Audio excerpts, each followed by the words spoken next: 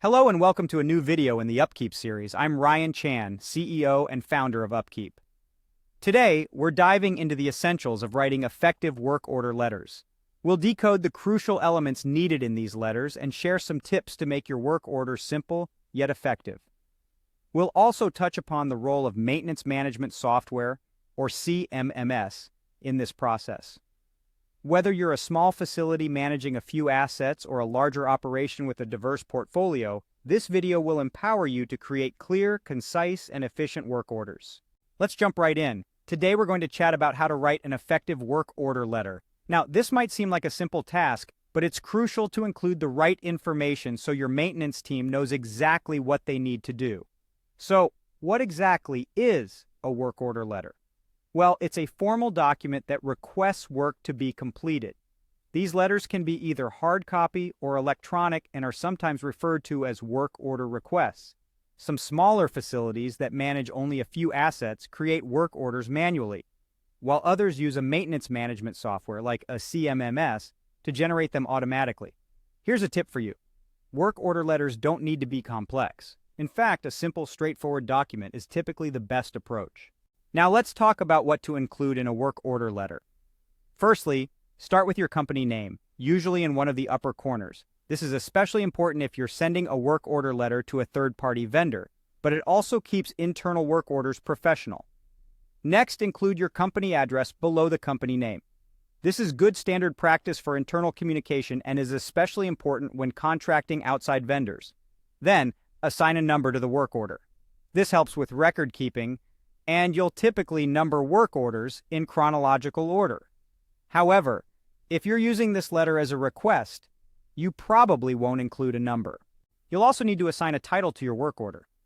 It doesn't have to be fancy, but it should give a rough idea of what the work entails. Something like broken boiler or mixer rattling should do the trick.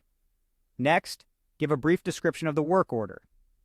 Describe the problem, requirements to complete the job, and so forth.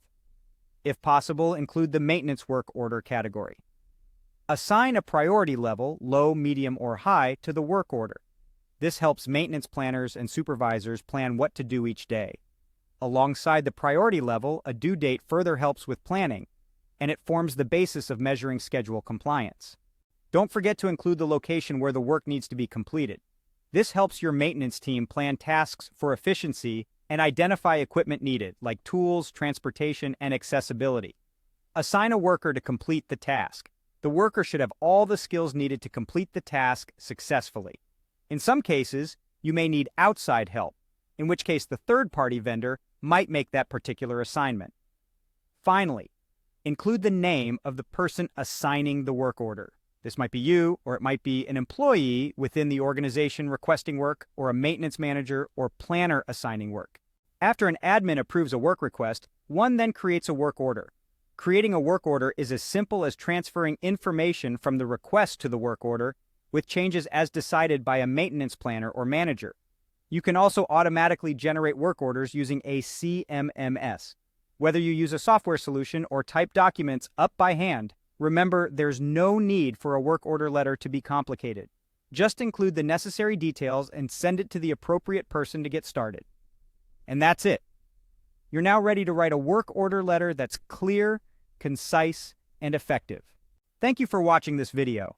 We've covered the essentials of writing effective work order letters, the role of CMMS in the process, and provided an outline for a work order letter. If you found this video helpful, don't forget to subscribe to our channel for more informative content. For additional resources, visit us at upkeep.com.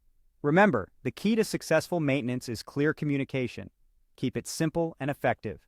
Until next time, happy maintaining.